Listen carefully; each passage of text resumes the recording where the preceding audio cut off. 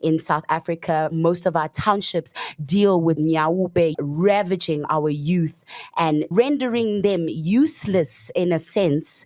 I don't like using the word, but of course, I know that. When you're on these types of stimulants and suppressants, drugs, you do render yourself as useless. Half the battle is to bring people to a place of being contributors to society once again and functional within society, because immediately that you on these things, when they consume you to the level that they consume people, the only thing that is important in your life is really drugs, getting money for drugs, whatever means that you can find to just your whole focus is tunnel vision for the drug. So in every other aspect of your life, you literally are useless. So what we endeavor to do, look, we all, except for Chris, he's the, if I can put it, the rose amongst the thorns. We all recovering addicts. I myself am a recovering drug addict. Got involved with drugs during the apartheid years when I was a policeman. I was sent to Hillbrow and, got involved there as part of the drug squad, and so things progressed. But what we try and do now is, I spent a total of 10 years just in rehab. I'm lying to you. I spent about 6.5 years in rehab, on and off over a period of 10 years. And, ultimately was a lost soul, had no direction in life, didn't know where I was going to go. And, at my worst point in 2008, I literally just prayed to God and I said to God, I need out of this, send me where you need me to be. As long as I'm not taking drugs, I don't care where you send me. Sure. And this is what has developed out of that, over the last 16 years, Walking with Winners has developed. And, we just get up in the morning, day to day, preach the word of God to the guys, run various recovery programs within the center, and try to bring people back to a spiritual equilibrium, and through a spiritual equilibrium, to a place of functionality once again within society. We've recently opened a sober living across the road. So Loyiso has been on and off. Okay. He's been with me. I think this is your second time that you've come back. Third time. And, he's also had quite a battle with substances. But, where I believe that he will make it is that he hasn't given up the fight. He goes out, he gives it his best shot. Things go pear-shaped for whatever reason, but then, he gets back involved in the fight for his life. And, that's the most important thing, is that the guy's got to be willing to fight. He's got to know that he has a problem, and he's got to be willing to take it on. Wow, Loyiso, thank you so much for being willing to come onto the Vuga Breakfast Show with Dave, to share a little bit on your journey. But yeah, just in your own words, can you share how the experience has been on this journey for you? The journey, hey, it's been a long journey. It seems like it's been forever. It felt like forever when I was caught up in addiction. I've been addicted for the past 15 years on and off. And it's just been hell. I've put my family through hell. I've put myself through hell. I can't say I've had a disadvantaged upbringing. I've had a very good upbringing. Though leaning on my own understanding has led me through a dark path in most times of my life. And the only way I could correct my wrongs was to submit spiritually. I've tried every other way, and I found that Pastor Dave's help and his ministry and center has, brought me back. So I choose to come back to his facility every time I wobble. So yeah, I've lost a lot. I've been blessed, and I've lost a lot as well. So I'm in the fight now again, and I'm just fighting it out. So, Dave, going back to you. So you said former policeman. So being in the force, right?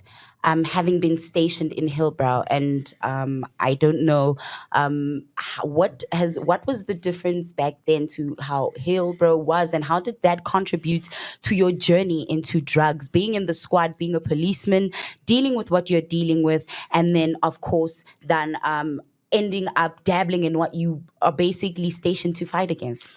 Yeah, look, in order to get a good perspective of it, we now obviously have to go back and, go to the place where no one really wants to go, which is, go back to the times of apartheid. And It's crucial, though. I mean, it's at the just end the of the reality. day, for healing and for purposes of moving on, 100%. it's necessary. 100%. So, a lot of people give me a lot of flack for some of the controversial things that I say. And it's one of the big reasons that I got into a lot of trouble in the South African police of the day. Okay. The first problem is that I was English speaking. Okay.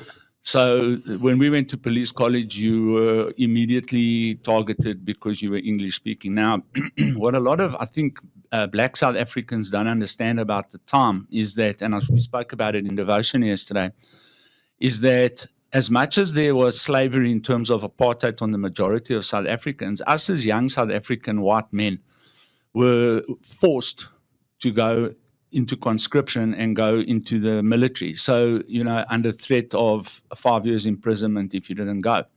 So I looked at the military, portion of it, and having been a person who was absolutely obsessed with American TV police shows as a child, I just wanted to be a policeman. So, I saw that as an avenue of dodging the army and going to the police, and arrived in the police, and only to find that it was exactly the same thing.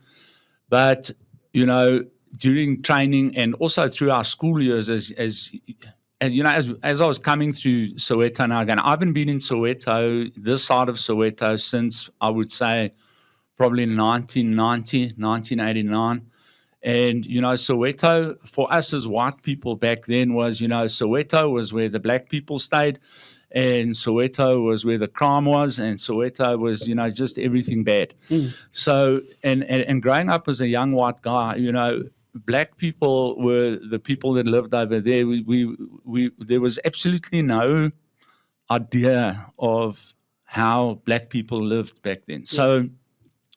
the first time I came to Soweto as a policeman, I was pretty shocked, I must be honest with you. And I was shocked in a negative way, but I was also shocked in a positive way, in that what I found is that, yes, there was crime and all of those things that went on, but people are just people, But going back to the police, I'm the only guy I got told at the time that ever requested to go to Hillbrow. Hillbrow was considered a pariah, if I could say that, of the South African police. It was a place where cops got sent to be punished because it was such a high crime area, and because of the cosmopolitan way that people lived there. And, in Hillbrow, what I found, there really wasn't such a thing as apartheid. We all lived together there. We had black people there, colored people there. We had Israeli people there. We had Arab people there. We had people from all over the world, Portuguese, Greek, and everybody just blended into this melting pot in Hillbrow. And we were instructed as well by our officers at the police station. Now, you've got to understand that there's certain leeways that we give people in Hillbrow that they don't get anywhere else in the country in terms of the apartheid laws and the we had that Immorality Act, where white and black people couldn't interact. And, but there we had clubs for all kinds of people. And I, unfortunately for me at that time, found myself, gravitating towards all the colored guys that hung around in Hillbrow. Yes. So, obviously that, I picked up a lot of flack for that. Eventually I had to move out of the barracks because of the headaches I was getting. And then, also, unfortunately, these colored guys all happen to be criminals and gangsters. Sure. at the end of the day. Yeah, but, my mindset was always at the time was to, infiltrate these syndicates and to try and, figure out exactly how they operate. But as I got deeper and deeper, because I was with the drug unit, I was with the Hillbrow crime unit, and our job was drugs and response to serious violent crime in progress. And as I got to know these guys better, I started going to their houses, and I started hanging around with their families, and I started seeing how they live. And I just thought, I didn't like what I was seeing, and it just created more and more and more rebellion in me. And then, of course, the drugs got involved. I started smoking weed with the guys, and then it progressed to LSD, and then we were doing lines, and then it was crack. And then, as the drugs took hold, I got more and more involved in crime with these guys, and eventually, got caught and for a very serious offense, and was ultimately asked to leave the police. But and that's when the hell of the drugs really started, because then you're on the streets of Hillbrow. Yes. So I always say this to the guys, in South Africa, we've got a mindset, generally speaking now, I'm just generalizing Yes. now, that, the drug dealers are the Nigerians, right? So what I found is that's not 100% true. Okay. But in Hillbrow, they really exacerbated the issue. Back in the day,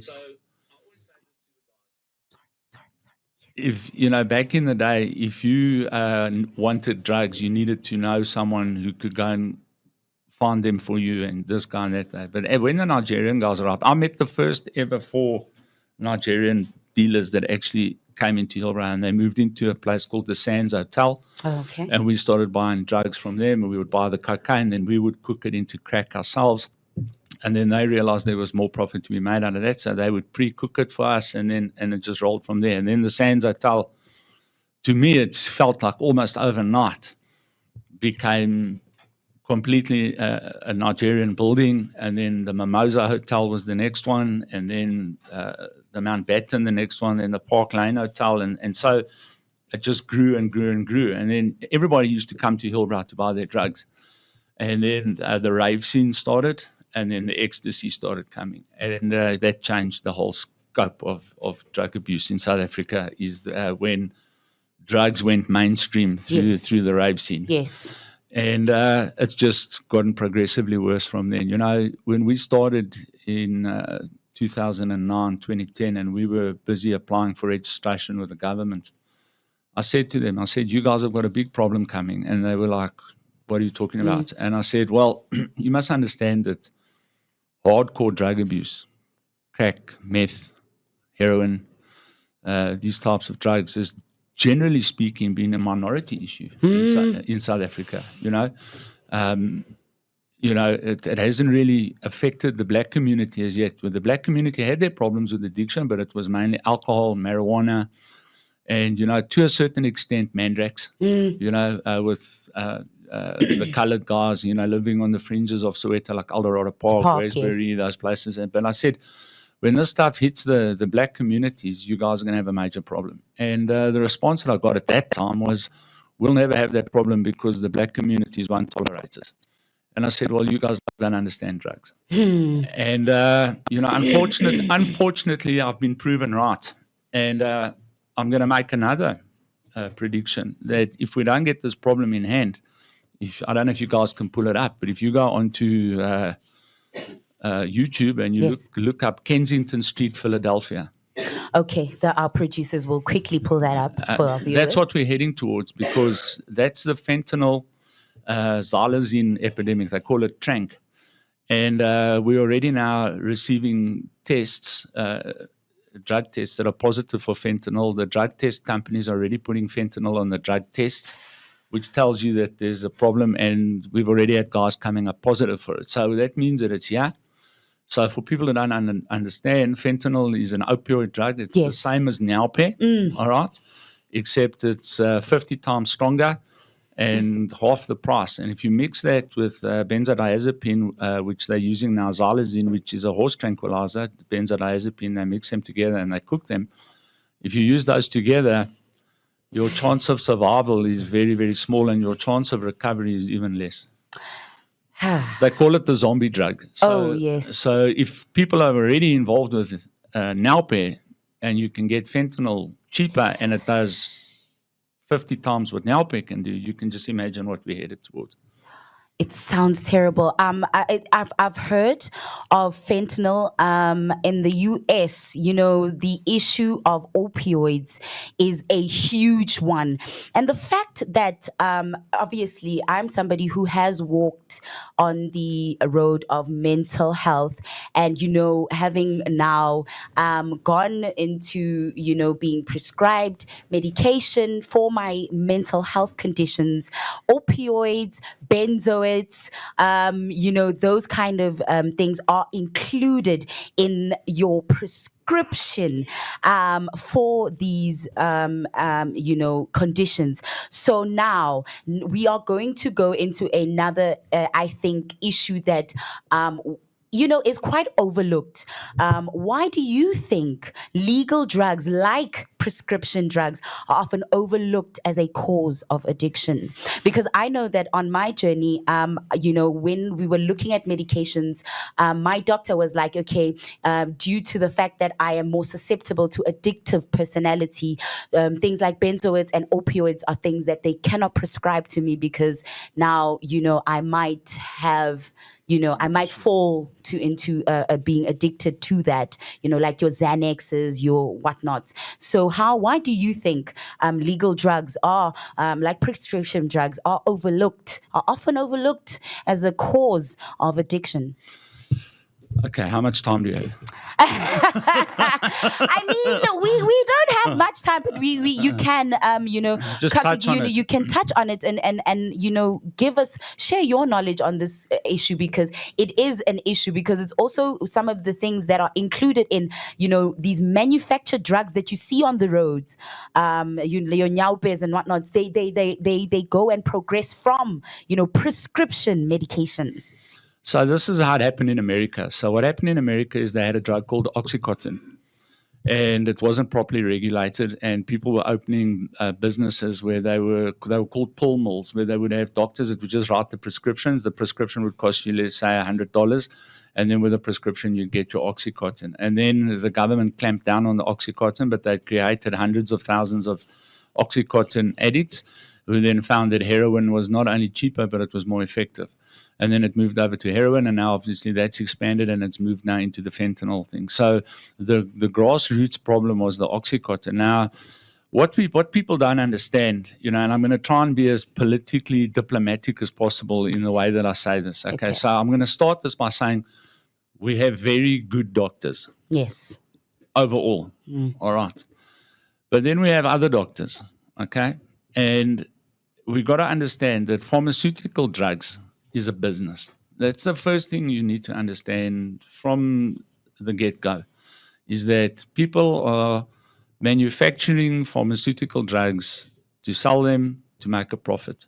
They're not interested in your welfare. They're not interested in what it does to you. They're not interested in the effects that it has on you. If you take a common antidepressant like Prozac, right? If anyone has Prozac, yeah, I challenge you. Okay, Prozac is prescribed for depression. Yes. Right. You take Prozac, you open up the Prozac, you take out the insert and go open it up and look under contraindications. What is the first thing that it says there? It says contraindications, depression, suicidal tendencies. So why are you prescribing a drug that your drug is prescribed for the thing that it might in fact create? It makes absolutely no sense. You know, then we have drugs like Dopaquil. I'm vehemently opposed to Dopaquil. I was prescribed Dopaquil. So our biggest issues we've had where people have tried to smuggle substances into our center where they've been caught, because the way that our system runs, it's virtually impossible to get it in. But every now and then there's a mouse who gets past the mousetrap. The biggest problem we have is not with guys trying to smuggle in hardcore street drugs. They try and smuggle in Dopaquil. And, you know, we catch them with that. So Dopaquil is supposed to be an antidepressant, or a sleeping pill, which they're now prescribing as an antidepressant. So, you know, the reality is that, you know, what's the other one that they like to prescribe is that one that they use for people to stop smoking as well. So they've got an antidepressant that they're using now to treat people for cigarette addiction. Always remember this, that heroin, straight out heroin, was originally prescribed back in the early 20th century and late 19th century as a cure for alcoholism. You know, so the reality is, our perspective is this: is that you cannot use drugs to medicate people who are on or get them off drugs. It makes no sense. So, in terms of people that have mental issues, if you go and look at the way that they figure out your mental issue, if I say to you, right, how did they figure out what your problem was? How did they figure it out? Did you go for an MRI? Well, no. Did you go for a blood test? They did a lot of those, yes. Okay, and what did they find in your blood? Well, mostly I'm anemic, so I red blood cells, and yeah. What's that got to do with your mental state? That's a physiological problem. Do you understand where I'm coming from? Yes. So I want to say this to you. This is the way we approach it, right? There are people, and we deal with them. And when we come across these people, we first thing we do is we get them off the illegal drugs.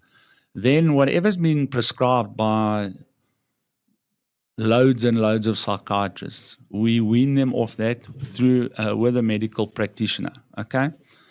Once we then have them off that for a period of weeks, then we can establish a baseline and we can say, right, we can see this is a problem. This guy's in psychosis. He appears to have bipolar issues, which I want to tell you, the bipolar issues is also just another marketing trick, in my view. There are people who have bipolar issues, but what they do is they want to prescribe you drugs.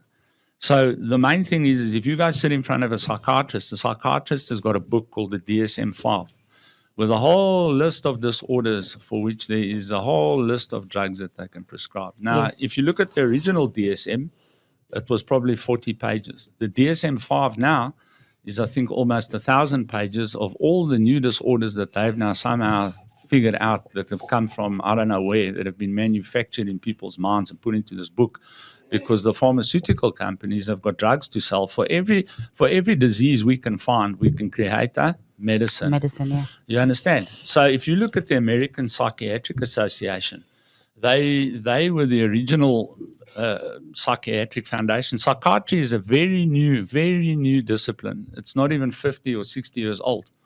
If you look at them, their manifesto states it is our intention to medicate every human being on the planet because everybody has got a mental disorder. And you can go look it up. You can pull it up. So, I'm not thumb sucking this stuff. Yes. This is actual stuff. So, Yes. prescription medication, people, to get back to your point, prescription medication people feel is acceptable because a guy that has studied for 6 or 7 years has told me that I need this pill, and so we take it because we trust that guy, But I trusted my dealer in Hillbrow. I mean, I trusted my dealer to the point where he would take the crack out of his mouth. I would take it from him and put it straight into my mouth. So, I mean, that's trust on a different level. I trusted that if he told me there was cocaine in the stuff. So the trust element is also there on the street. But because somebody has gone to university and is a professional and is telling you this is what is wrong with you, you accept that as gospel. And you take whatever they give you to take. I mean, I don't want to get into another controversy, but let's go into COVID quickly. Okay. And vaccines. Okay. You know what I'm saying? Yeah. I mean, if you look at what's now coming out, were we all duped? I don't know. I'm not making a judgment call yet. I don't know. Yes. But the signs are definitely looking Yeah. like it was a money-making scene, So you've got to be very careful. And if you really are struggling, I'm not saying don't ever take medication, but be very careful about what you take. And I would advise you to go and see at least 4 different doctors, psychiatrists. Let's say you've seen a psychiatrist. Go see 4 different psychiatrists without any one of them knowing that you've seen a different psychiatrist, and see if you get the same diagnosis from all 4. And then make up your mind what is really wrong with you, or if there is in fact anything wrong with you. And then second of all, I want to make this claim that most of psychiatric disorders, I want to make 2 claims. First of all, it's amazing that it's, generally speaking, people that are middle class and above that are depressed. poor people don't seem to be depressed. They seem to be happier than the rest of us. All right. And the more money people have, the more depressed they seem to get. Yeah, true. More money, more problems. You know what they say. Well, I don't know. Poor people would say to you, the money will solve all my problems. Yes. And what was the second point I want to make is I've lost my train of thought. Sorry. No, but no problem. But, yes, this is what I want to say. I believe that you can cure a lot, and I say the word cure, a lot of psychiatric problems with correct nutrition, exercise, and a hobby. Correct nutrition, exercise, and a hobby. You can cure a lot, according to Pastor Dave. So, you know what, guys? I hope you would not go anywhere. Stay tuned as we are about to go into this conversation. We are in conversation with Pastor Dave right here on the Vuga Breakfast Show. Let's go for a little break. Chris, the social workers at Walking with Winners Men's Recovery Center. So I would like you to please tell us a little bit about the work that you do at Walking with Winners Men's Recovery Center. What role do you particularly play at the center? Okay, my role at the center is a counselor, Okay. which I'm dealing with the people who are abusing the substance on a daily basis. Then the other part is involving the family members since they are affected. Remember, when you're taking drugs, it's not only an individual affected. Yes. The family is affected. Yes. The community is affected. So all in all, we are trying to rebuild the relationship with those that were affected, try to make amends with those that were affected during the time the individual was taking drugs. So, what strategies do you use at Walking with Winners to help individuals recover from addiction to drugs? Okay. Yeah. Remember, everyone has got their own problems of why they use drugs. Okay. You see. So since it's a Christian-based ministry, this is what we deal with. We've got many programs that we have. Like Pastor Dave said, we've got many programs that we deal with. The other part, the main problem that I'm dealing with is counseling individual every day. The other programs that we have, the Celebrate Recovery, which it's a main with the 12 steps, which I'll say is playing a main role in how a one supposed to recover on coming to the issue of the substances, where you deal with yourself. We deal with you doing a deep self introspection, where actually you can understand where did I go wrong. Then the other programs is just to help you with the skills, acquire certain knowledge on how do I resist the temptation that comes with drugs once I'm done with my recovery. So we use many methods. You talk about the few that I'll mention. It's actually the problem solving. How do you deal with the problems that comes, other than to use drugs as part of your defense mechanism to deal with what you are going through? You see, the other part, most of the people that came in who are using the substance, they fail to draw a boundary. They don't know when to say yes. They don't know when. So they are being influenced by many things. Okay. So in all those things, we still teach you and say, learn to say enough is enough. Because if it's not you who's affected by the problem, think about other people that are still looking after you. Think about the people that loves you and they still care about you. When you abuse the substance, it's not to say it's the end of everything, but find a better defense mechanism to deal with the problems that are coming with life, so that at least you can be functional within the society, you see. So we give you those skills, we give you those knowledge and say, go and implement and see you can have a better life without using the substances.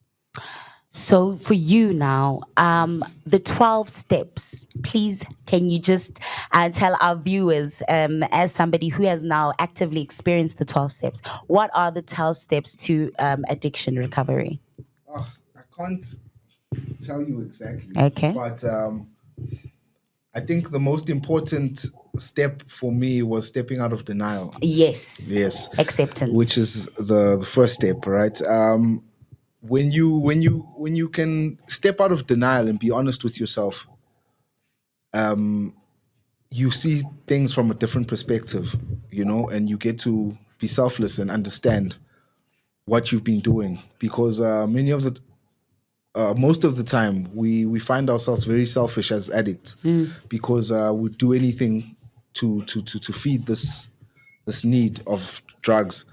So denial, and then the second step that I that has worked for me and many other guys that I've been around is submitting to a higher power. Okay. Yes. So in all the 12 steps, those are my two main steps that I go with, that I use daily. So I always know that there's someone that knows more than me. I must submit to authority, submit to people that know more from me.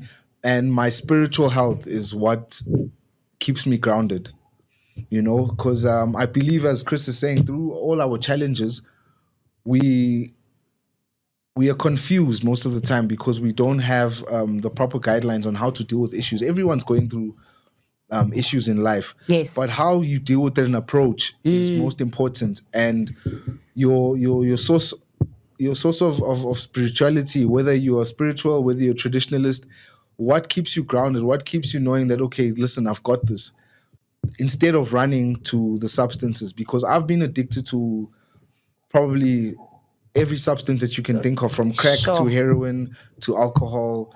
So spirituality and stepping out of denial is what the two steps that work for me. Thank you. Spirituality and stepping out of denial. That is Lungelo's, way of, conquering addiction, and what he has taken, most importantly, away from his journey with walking with winners center. So now, just to wrap up, how can communities and families support individuals struggling with addiction? I'll say this. Let us not be in denial of what is really, really happening. You can see now we've got men who are forever on the streets. Those people is not an issue of babatakatile. Yes. No. Let's start with what really, really, really happened, which is the issue of a substance abuse. So let's not take a long drive. Let's give them the proper help that they need, other than to go and consult Inyangas and the Sangomas and say, actually, we feel like our children have been possessed with this kind of a thing.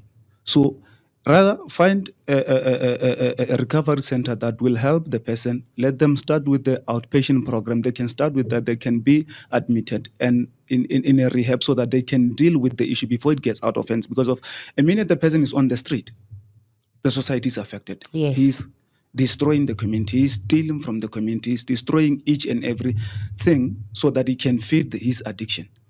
Before he puts into another system, which is you end up being arrested. Yes. For an issue of what? Stealing a small thing. But if it can be addressed at an early stage, you actually see at a primary level now, children are abusing substance. That we cannot deny. The issue of saying now marijuana is legalized, children are using it, but the family are saying it's legalized. The government says it's okay to take it. 3 years, 4 years to come, somebody is now the child that you said actually because of the government said is legalized. Then that person becomes a mental case. We talk about someone who can no longer see things in the real world. So let's take it from primary level to say actually when someone is in need of this kind of help, let's not avoid the issue. Let's take them to the right people who can help them. Amazing stuff. Thank you so much, Chris. Now, for anybody who is listening and watching who would want to perhaps get more information or, come and visit you or, inquire about or anything that you or the services that you offer, where can they reach you guys on, and where are you guys available? Well, I think first of all you can check out the website at www.walkingwithwinners. Yes. No drugs. Yes. And you can contact Isabel Barber or Pastor Dave. Can I just get the number for you? I think he's got it. Yes. Pastor Dave, do you have it? Yeah, it's 079 079 0744 0744 117. 117. And then, of course, where you guys are located? Yeah. Didia. Okay, the center is located in Didia, so all that information will be available for you on the screen and, of course, on our social media pages. There's also a book that we have here, Cracked and Restored, that is available. Where is this book available from? From us, but these four for you guys. Oh, thank you so much. So, the Vuga Breakfast Show has now received a copy of. Oh my goodness, I'm trying to play like a sound for you guys. I can't even, like, that sucks. I was trying to play a young boo boo boo boo for you guys because thank you so much. You guys brought us a gift. You not only graced us with your presence, but you also gave us a gift, a book, Cracked and Restored. I cannot wait to delve into this, by Dave Barber. I guess if you are willing to, delve into the world of drugs and recovering from drugs, drugs will sell you a dream, but deliver you a nightmare is the caption here. A very powerful one. So this is a take from a policeman, a criminal, a drug addict, a pastor, Dave Barber, on his journey with drugs, recovering from drugs, and everything in between. I would love to say, as we've heard today, addiction isn't just about illegal substances. It can stem from the very medications and legal drugs we often overlook. Pastor Dave Barber has given us a powerful insight into the real dangers of prescription medications, alcohol, and over-the-counter substances, and how they can lead to addiction. So his journey from addiction to mentorship and recovery advocacy shows that transformation is possible, no matter how deep the struggle runs. The work being done at Walking with Winners Men's Recovery Center is a beacon of hope for those looking to reclaim their lives. If today's conversation resonated with you, or if you know someone who's struggling, reach out, educate yourself, and support recovery efforts, because the fight against addiction is one we all have a role in. Thank you, Pastor Dave Barber, for sharing your story and your mission. Any final thoughts for our viewers? Yes, I have one final thought. What is your final thought? I want to ask a question to everyone that's watching or listening, and have a good look at it. Why is the addiction industry, the legal addiction industry, not contributing 1 cent to the people that its products are helping to destroy? Wow, a deep, thought-provoking questions. Why are the Legal. the legal entities that are not contributing towards relieving the addicts who are now victims of the very thing that they are selling. are selling? So that is a deep and deep thought-provoking question that you hear on our show. You can engage with us on all our social medias. It's hashtag Vuga Breakfast Show. Share your thoughts and opinion on the matter. But you know what? Stay tuned, because we still have more for you, because we have more guests in the studio that are coming up. Don't go anywhere.